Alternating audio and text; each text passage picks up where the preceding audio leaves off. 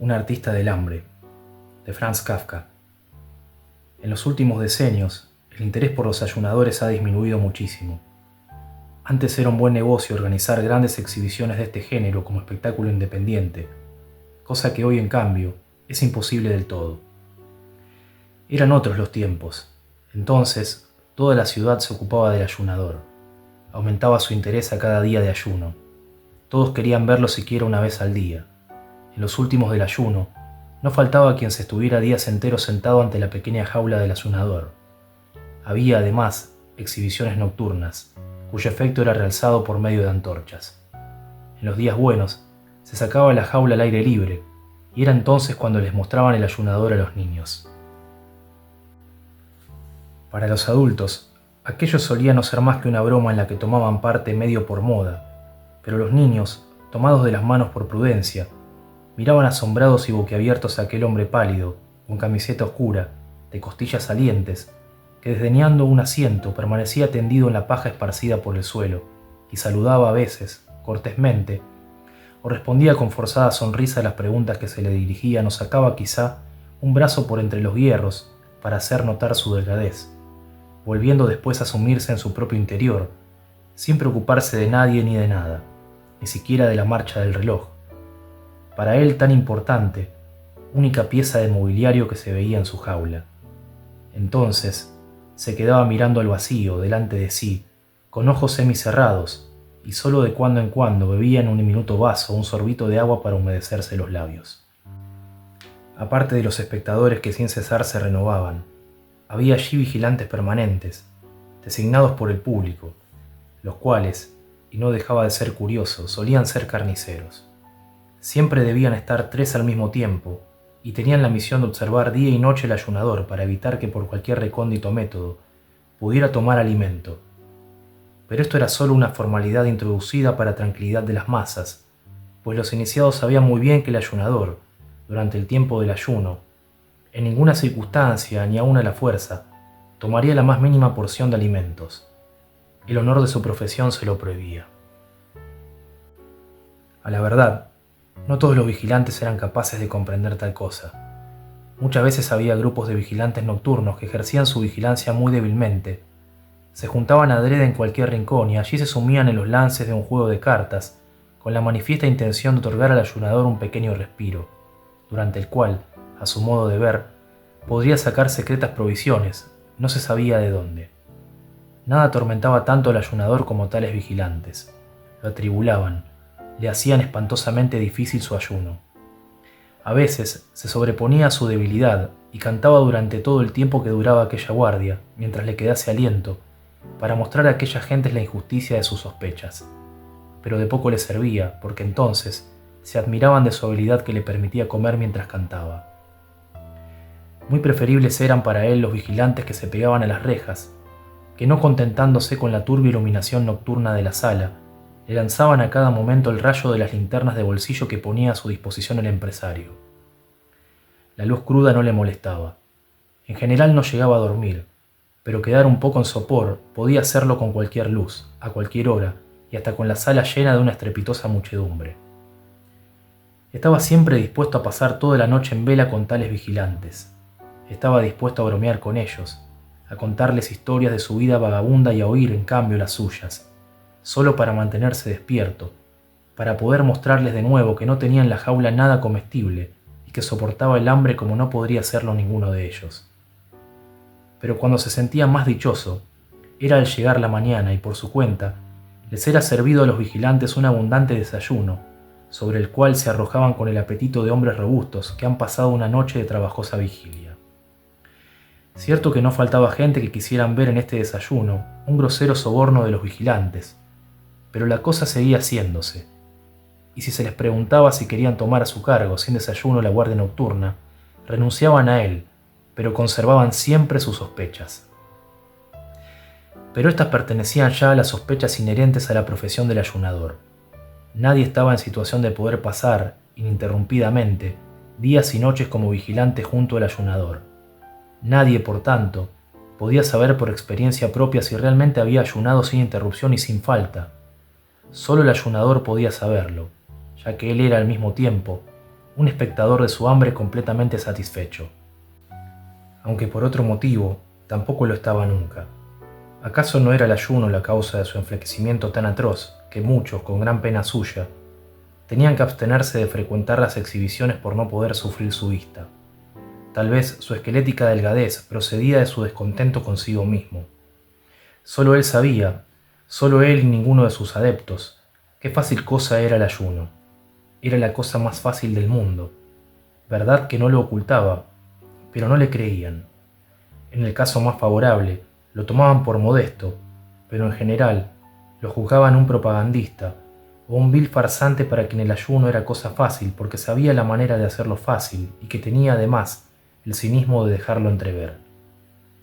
Había de aguantar todo esto, y en el curso de los años ya se había acostumbrado a ello, pero en su interior siempre lo roía este descontento, y ni una sola vez al fin de su ayuno, esta justicia había que hacérsela, había abandonado su jaula voluntariamente. El empresario había fijado 40 días como el plazo máximo de ayuno, más allá del cual no le permitía ayunar ni siquiera en las capitales de primer orden, y no dejaba de tener sus buenas razones para ello. Según le había señalado su experiencia, durante 40 días, valiéndose de toda suerte de anuncios que fueran concentrando el interés, podía quizás aguijonearse progresivamente la curiosidad de un pueblo, mas pasado este plazo, el público se negaba a visitarlo, disminuía el crédito de que gozaba el artista del hambre. Claro que en este punto podían observarse pequeñas diferencias según las ciudades y las naciones, pero por regla general, los 40 días eran el período de ayuno más dilatado posible. Por esta razón, a los 40 días era abierta la puerta de la jaula, ornada con una guirnalda de flores. Un público entusiasmado llenaba el anfiteatro.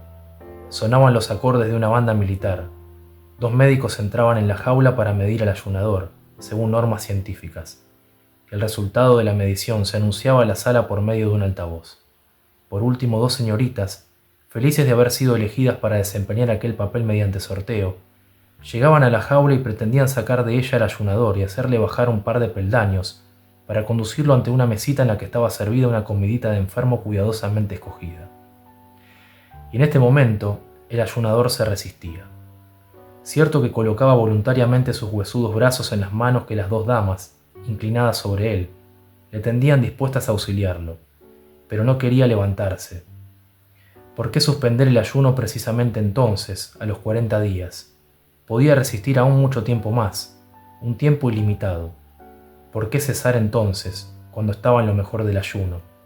¿Por qué arrebatarle la gloria de seguir ayunando, y no solo la de llegar a ser el mayor ayunador de todos los tiempos, cosa que probablemente ya lo era, sino también la de sobrepujarse a sí mismo hasta lo inconcebible, pues no sentía límite alguno a su capacidad de ayunar?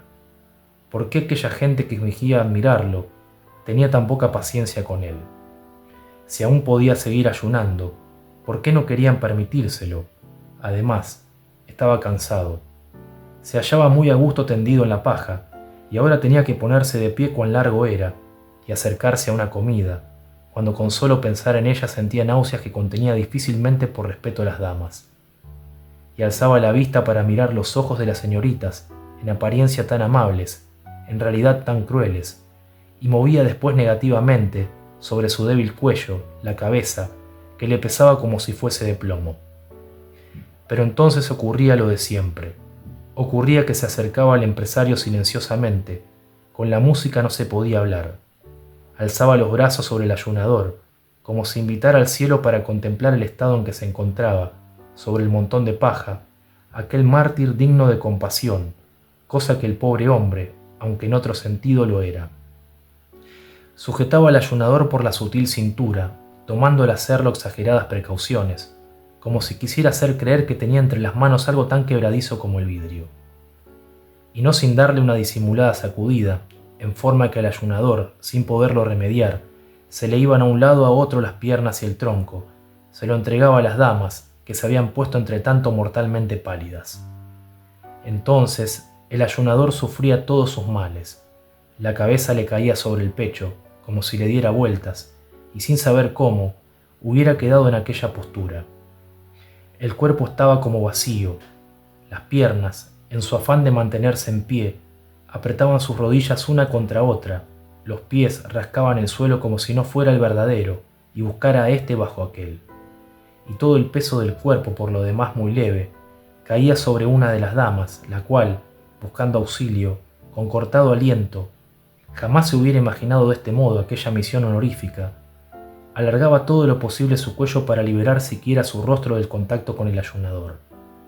Pero después, como no lo lograba y su compañera, más feliz que ella, no venía en su ayuda, sino que se limitaba a llevar entre sus manos temblorosas el pequeño haz de huesos de la mano del ayunador, la portadora, en medio de las divertidas carcajadas de toda la sala, rompía a llorar y tenía que ser liberada de su carga por un criado, de largo tiempo atrás preparado para ello.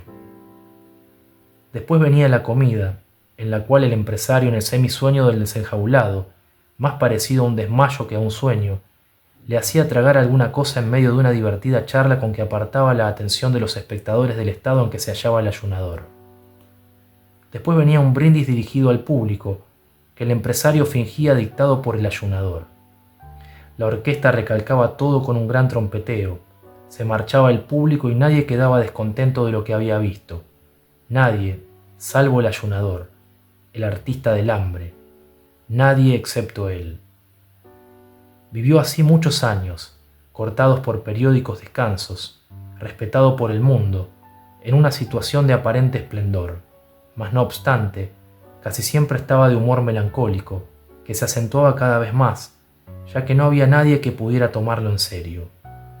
¿Con qué además podrían consolarlo? ¿Qué más podía apetecer?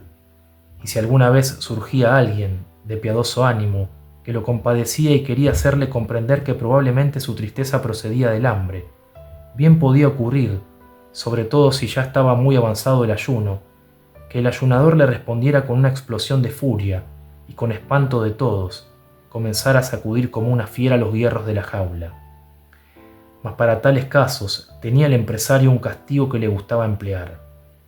Disculpaba al ayunador ante el público congregado, añadía que sólo la irritabilidad provocada por el hambre, irritabilidad incomprensible en hombres bien alimentados, podía hacer disculpable la conducta del ayunador.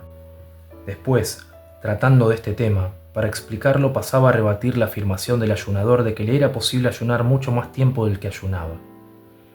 Alababa la noble ambición, la buena voluntad, el gran olvido de sí mismo, que claramente se revelaban en esta afirmación, pero enseguida procuraba echarla abajo solo con mostrar unas fotografías, que eran vendidas al mismo tiempo, pues en el retrato se veía el ayunador en la cama, casi muerto de inanición, a los 40 días de su ayuno.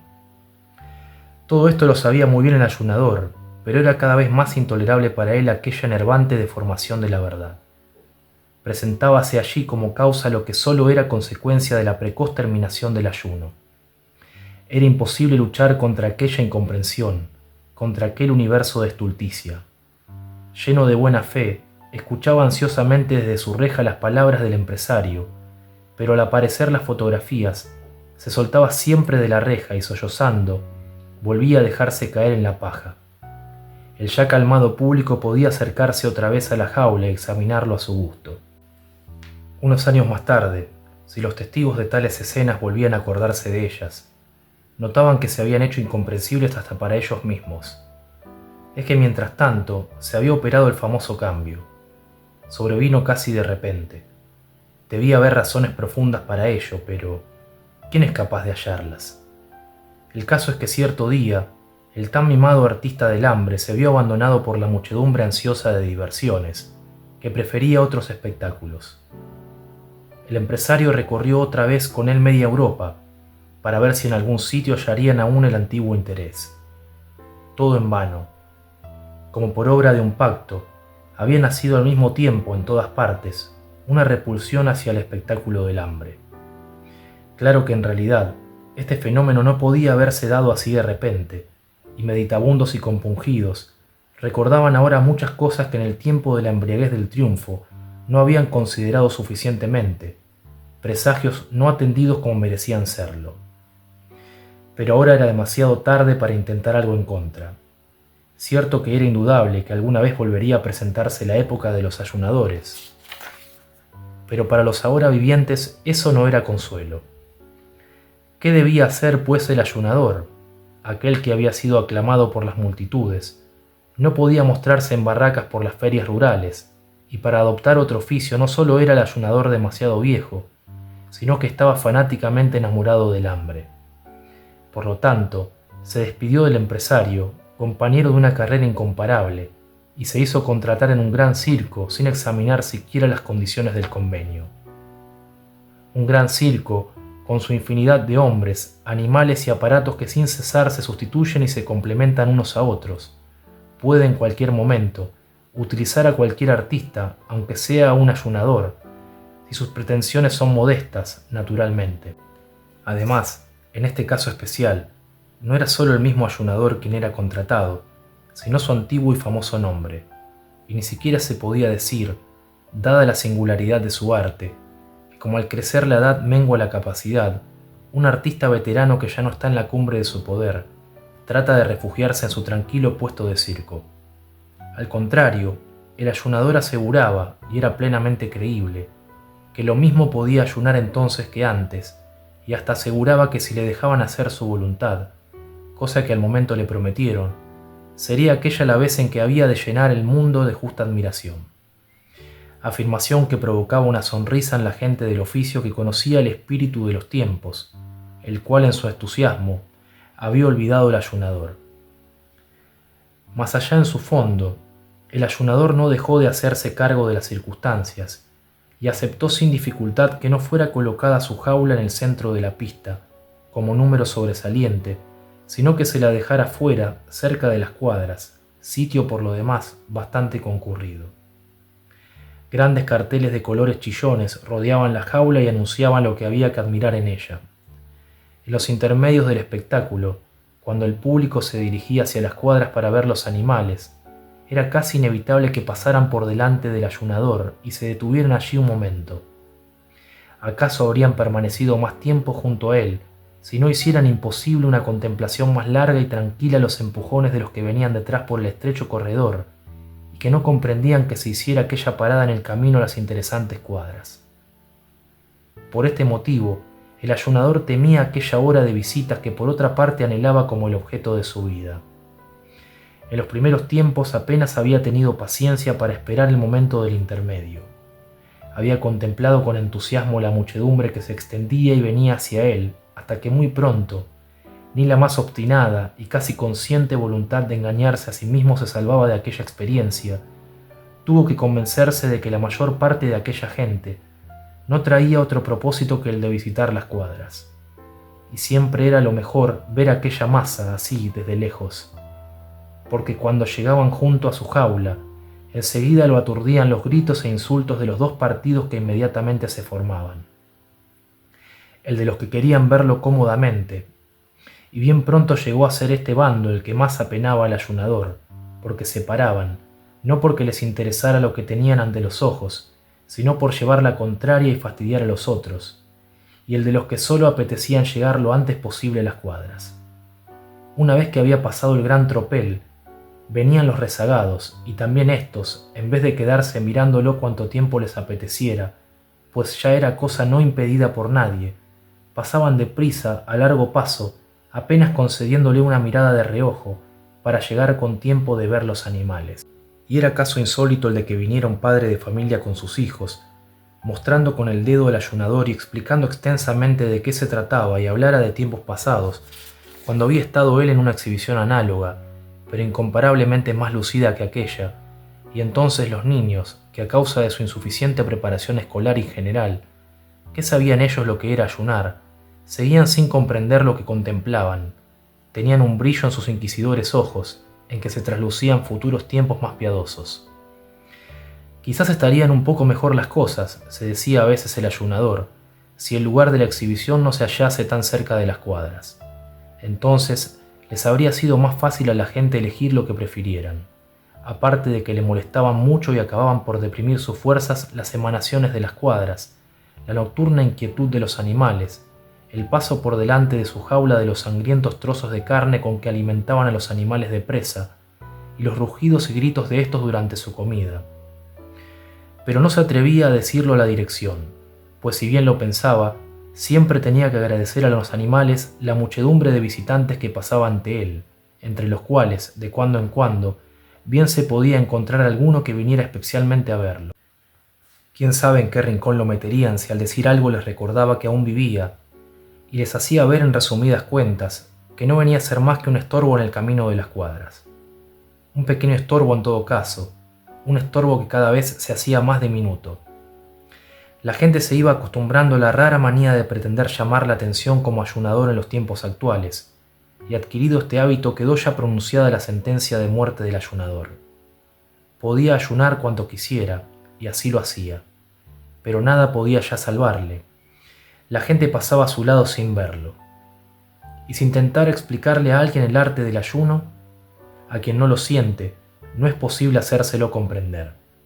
Los más hermosos rótulos llegaron a ponerse sucios e ilegibles, fueron arrancados, y a nadie se le ocurrió renovarlos. La tablilla con el número de los días transcurridos desde que había comenzado el ayuno, que en los primeros tiempos era cuidadosamente mudada todos los días, hacía ya mucho tiempo que era la misma, pues al cabo de algunas semanas este pequeño trabajo se había hecho desagradable para el personal. Y de este modo, cierto que el ayunador continuó ayunando, como siempre había anhelado y que lo hacía sin molestia, tal como en otro tiempo lo había anunciado. Pero nadie contaba ya el tiempo que pasaba. Nadie, ni siquiera el mismo ayunador, sabía qué número de días de ayuno llevaba alcanzados, y su corazón se llenaba de melancolía. Y así, cierta vez, durante aquel tiempo, un ocioso se detuvo ante su jaula y se rió del viejo número de días consignado en la tablilla, pareciéndole imposible, y habló de engañifa y de estafa. Fue esta la más estúpida mentira que pudieron inventar la indiferencia y la malicia innata, pues no era el ayunador quien engañaba. Él trabajaba honradamente, pero era el mundo quien se engañaba en cuanto a sus merecimientos. Volvieron a pasar muchos días, pero llegó uno en que también aquello tuvo su fin. Cierta vez, un inspector se fijó en la jaula y preguntó a los criados por qué dejaban sin aprovechar aquella jaula tan utilizable que solo contenía un podrido montón de paja. Todos lo ignoraban, hasta que por fin uno, al ver la tablilla del número de días, se acordó del ayunador. Removieron con horquillas la paja, y en medio de ella hallaron al ayunador. ¿Ayunas todavía?, le preguntó el inspector. ¿Cuándo vas a cesar de una vez? Perdonadme todos, musitó el ayunador, pero solo le comprendió el inspector, que tenía el oído pegado a la reja. Sin duda, dijo el inspector, poniéndose el índice en la sien para indicar con ello al personal el estado mental del ayunador. Todos te perdonamos. Había deseado toda la vida que admirarais mi resistencia al hambre, dijo el ayunador. Y la admiramos, le repuso el inspector. Pero no debíais admirarla, dijo el ayunador. Bueno, pues entonces no la admiraremos, repuso el inspector. Pero ¿por qué no debemos admirarte? Porque me es forzoso ayunar, no puedo evitarlo, dijo el ayunador. Eso ya se ve, dijo el inspector. Pero ¿por qué no puedes evitarlo? Porque, dijo el artista del hambre levantando un poco la cabeza y hablando en la misma oreja del inspector para que no se perdieran sus palabras, con labios alargados como si fuera a dar un beso, porque no pude encontrar comida que me gustara. Si lo hubiera encontrado, puedes creerlo, no habría hecho ningún cumplido y me habría hartado como tú y como todos. Estas fueron sus últimas palabras, pero todavía en sus ojos quebrados se mostraba la firme convicción, aunque ya no orgullosa, de que seguiría ayunando. Limpien aquí, ordenó el inspector, y enterraron al ayunador junto con la paja. Pero en la jaula pusieron una pantera joven. Era un gran placer hasta para el más obtuso de sentidos ver en aquella jaula, tanto tiempo vacía, la hermosa fiera que se revolcaba y daba saltos. Nada le faltaba. La comida que le gustaba se la traían sin largas cavilaciones sus guardianes. Ni siquiera parecía añorar la libertad. Aquel noble cuerpo, provisto de todo lo necesario para desgarrar lo que se le pusiera por delante, parecía llevar consigo la propia libertad. Parecía estar escondida en cualquier rincón de su dentadura, y la alegría de vivir brotaba con tan fuerte ardor de sus fauces, que no les era fácil a los espectadores poder hacerle frente. Pero se sobreponían a su temor, se apretaban contra la jaula, y en modo alguno querían apartarse de allí.